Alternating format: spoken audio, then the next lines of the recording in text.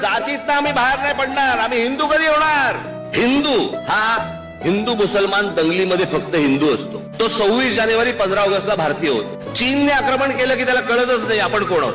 आणि मग ज्या वेळेला तो ना हिंदू ना भारतीय ज्या वेळेला असतो त्यावेळेला तो होतो मराठी, तो होतो गुजराती, तो होतो तमिळ, तो होतो बंगाली, तो होतो पंजाबी. आणि मग तो ज्या वेळेला मराठी होतो त्यावेळेला तो होतो मराठा, त्यावेळेला तो होतो ब्राह्मण, त्यावेळेला तो होतो माडी, त्यावेळेला तो होतो अजून आगरी.